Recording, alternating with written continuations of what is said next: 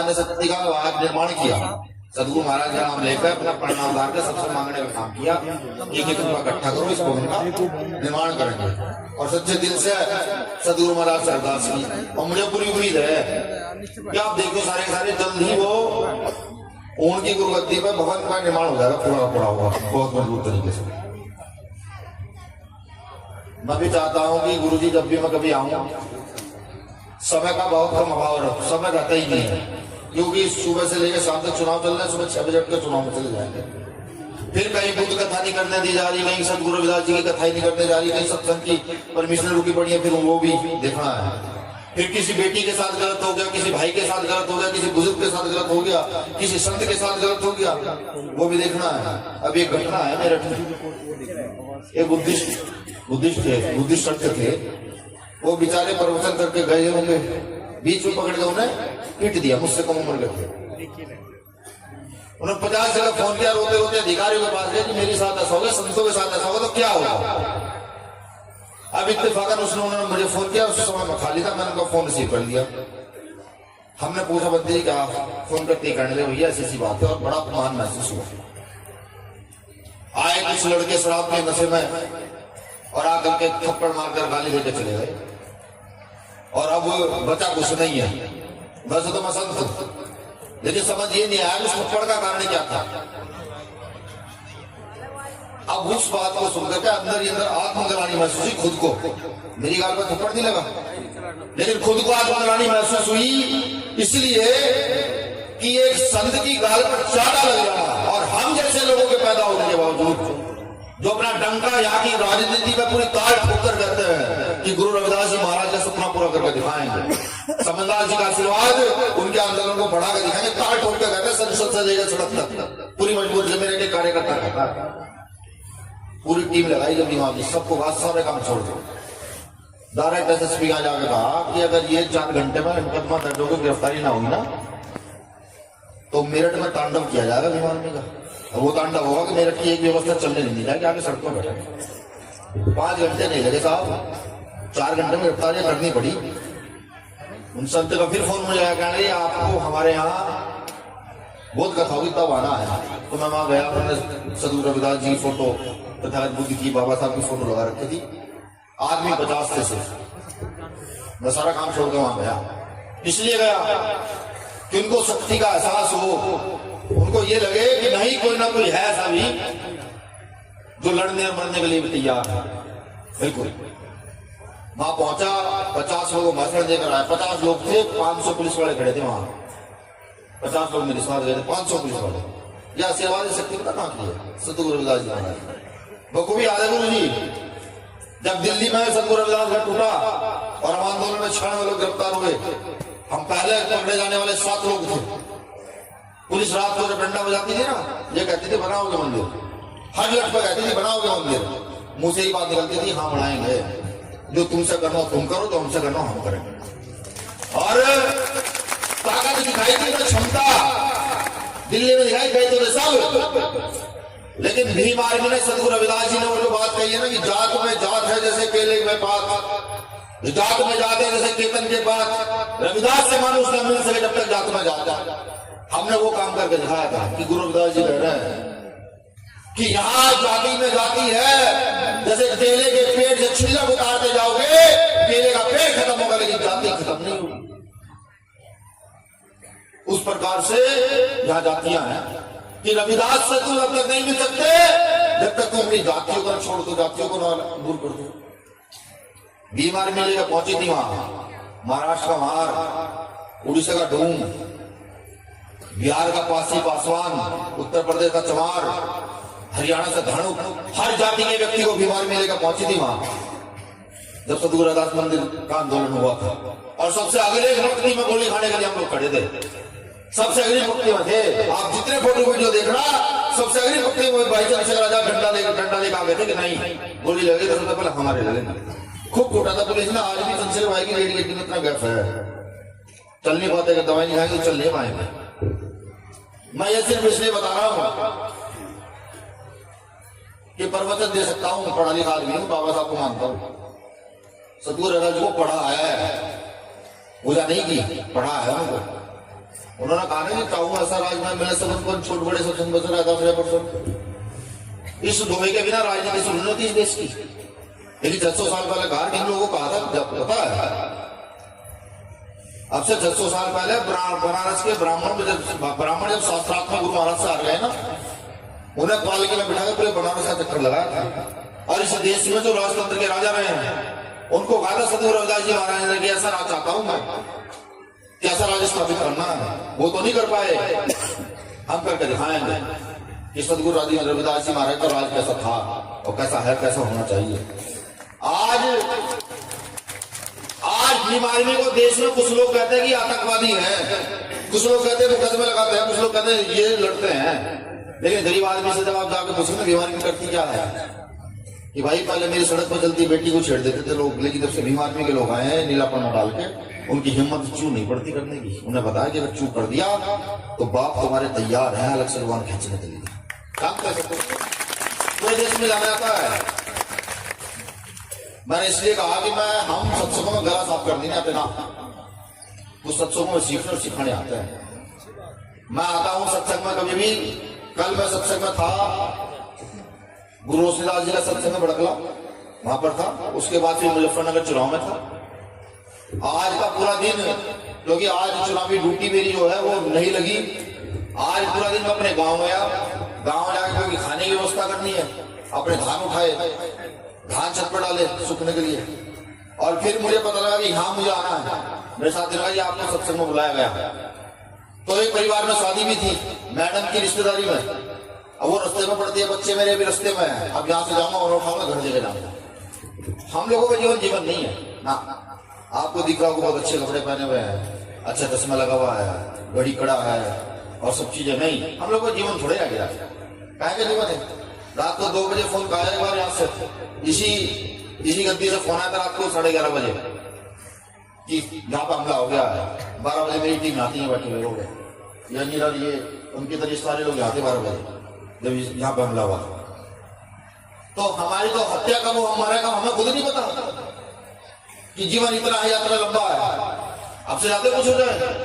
चंद्रशेखर भाई को बताओ, बिना वजह गोली मार, बिना वजह वो किसी को गाली लगते हैं क्या करते हैं? तो अपने संतों गुरुओं का जो आंदोलन, रुका हुआ आंदोलन, उसको आगे करते हैं, उसको बढ़ाने का काम करते हैं कि कैसे बढ़ाएं, कैसे समाज में सुधार लेकर आए। मैं हर सत्संग में कहता हूँ जाकर के कि हम सत्संग में तो आ रहे हैं। मैं भी आपसे सवाल पूछ लूं, बताओ आप दूसरी बिरादरी कितने लोगों को लाइसेंस छुड़वाने के लिए हाथ खड़ा कर बताओ। एक भी आदमी लाई हो गया, और नहीं लाए तो क्यों नहीं लाए? सतगुरु महाराज के समाज जाती है। उन्होंने जब साफ साफ कह दिया कि जातियां तोड़नी है, जातियों को आगे नहीं बढ़ने देना है और लोगों को बताना है समता समानता क्या है, बराबरी क्या है, क्या हम काम कर रहे हैं? नहीं कर रहे। देखिए, मैं ऐसे गुर्जर समाज के लोगों से मिला हूं, ऐसे सैनी समाज के लोगों से मिला हूं, जिन्होंने गुरु जी की वाणी को जब पढ़ा तो वो पूरे के पूरे गुरु जी के हो गए, कुछ नहीं बचा, सब आडंबर से एक साइड कर दिया, सिर्फ संत श्रोमणी सदगुरु रविदास जी महाराज के होकर चले गए। आज पूरे देश में सदगुरु महाराज का जो जाति तोड़ने का जो सपना था, उसको किसी व्यक्ति ने समझा, तो एक इंसान ने समझा, डॉक्टर बाबा साहब अम्बेडकर।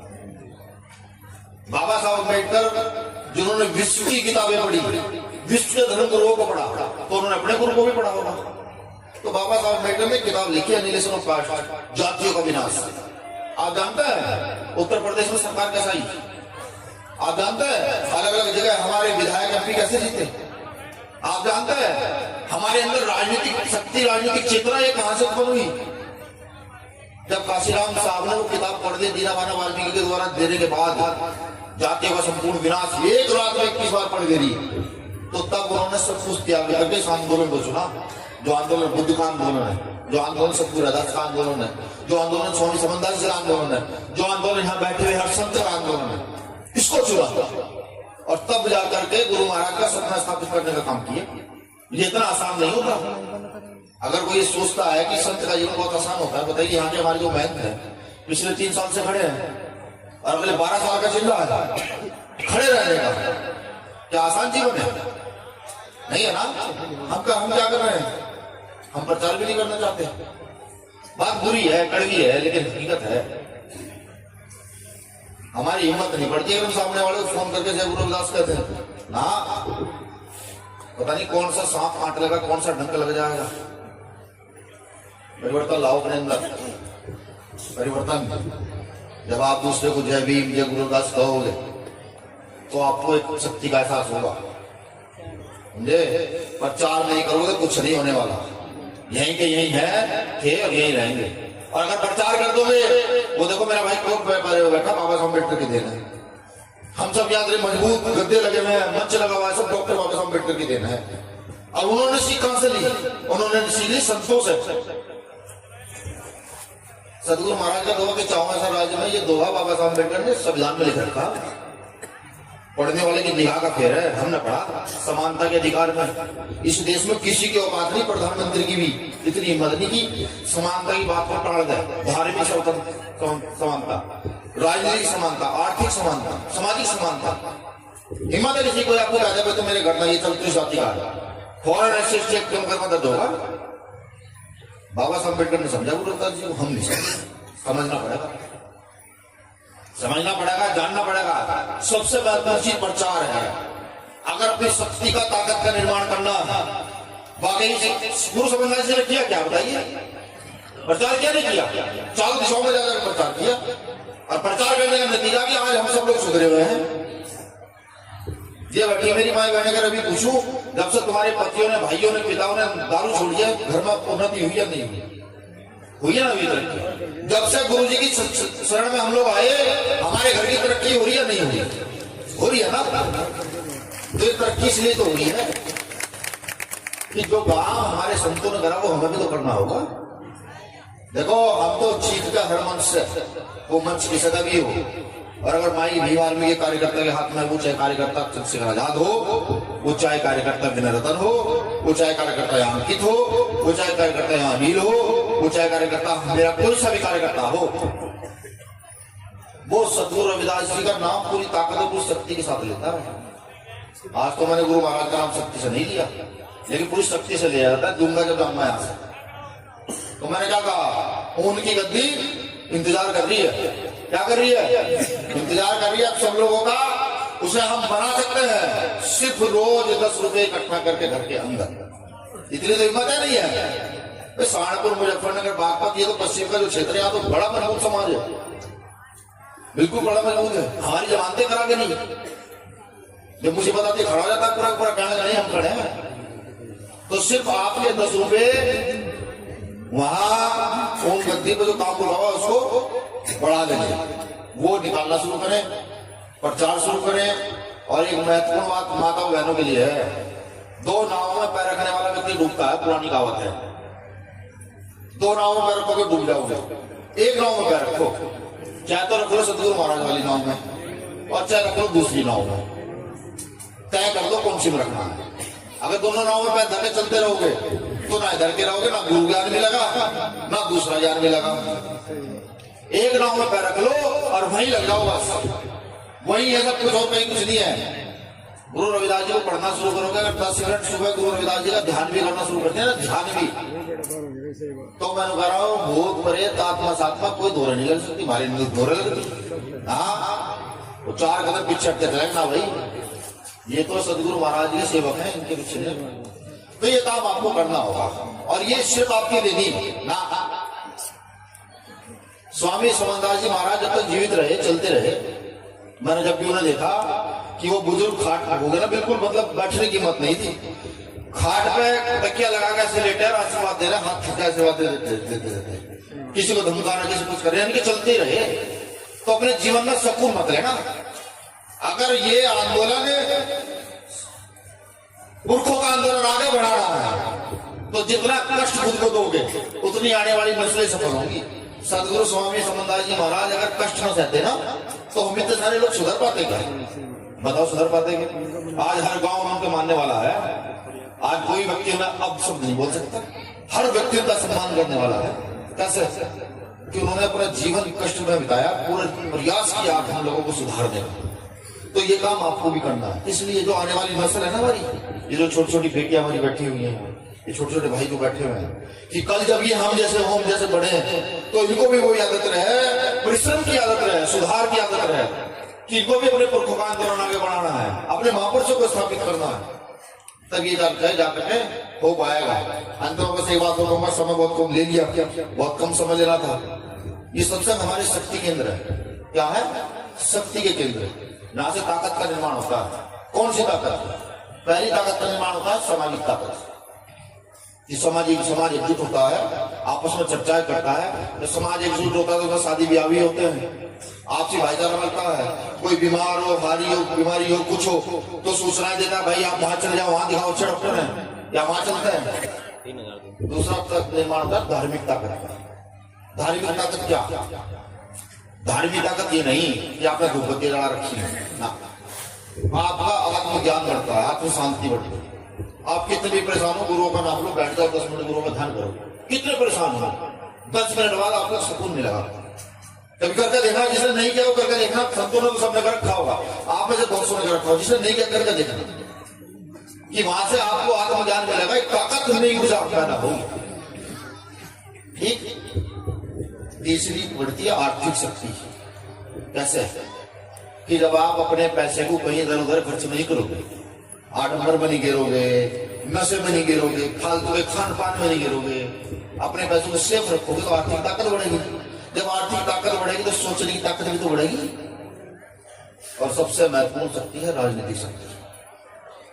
कि आप ये यहाँ से सत्संग से जो हमारे ये जो दत्ते विदत्ते इकट्ठा हो रहे हैं, यहाँ जो एकजुटता फैल रही है, संतों की जो वाणियां आप लोगों के बीच में जाती है, उन वाणियों ने संत क्या करना है, पूरा कैसे करना है। क्योंकि आप देश में लोकतंत्र है। अगर हम सऊदी अरब में होते तो वहां लोकतंत्र नहीं है, महाराजाओं को काम करना पड़ता, क्योंकि यहाँ लोकतंत्र है। तो यहाँ लोकतंत्र के हिसाब से हम सबको मिलकर काम करना है, अपनी राजनीतिक शक्ति का निर्माण करना है। और जब आपकी राजनीतिक शक्ति का निर्माण होगा तो डॉक्टर अम्बेडकर ने कहा है कि राजनीतिक शक्ति हर समस्या का समाधान है, वो चाबी है। कि कहीं आपका सत्संग ना हो रहा हो, प्रशासन न दे रहा हो, अगर आपकी राजनीतिक ताकत है, किसकी हैसियत है?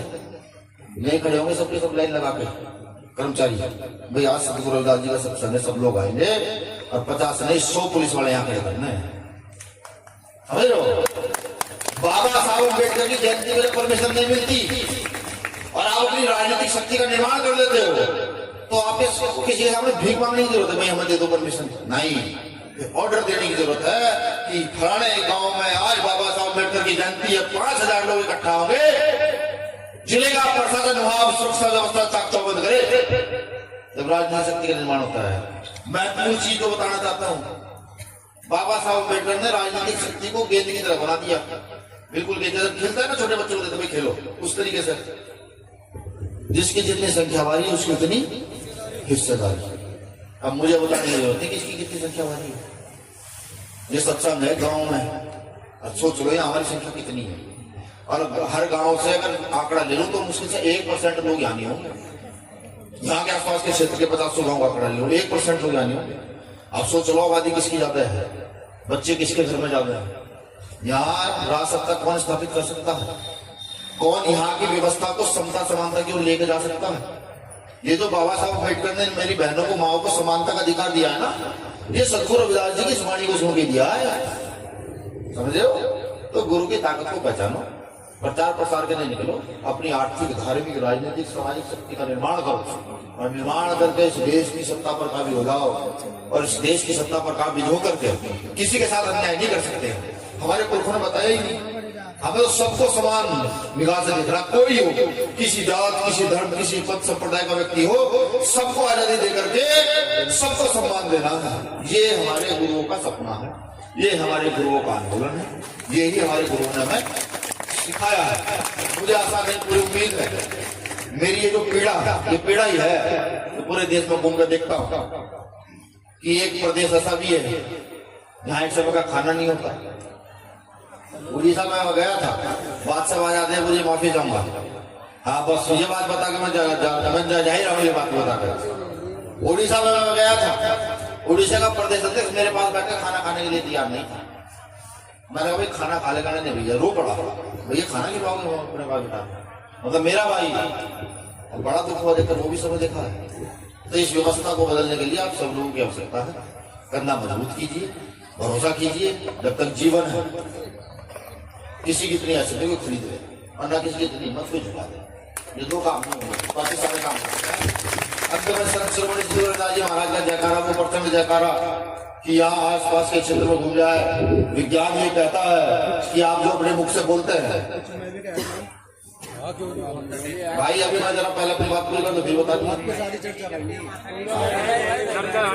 विज्ञान ये कहता है कि जो आप बोलते हैं वो ब्रह्मांड में कहीं ना कहीं कभी ना कभी सुना जा सकता है।